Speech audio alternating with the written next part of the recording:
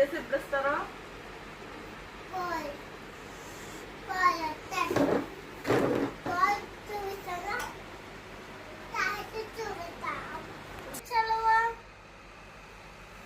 Madam చెప్తుంది కదా అంతకని గారు తెలియదు నాకు.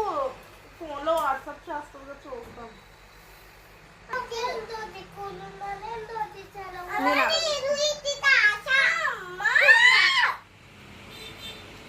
ఇదైతే కుక్క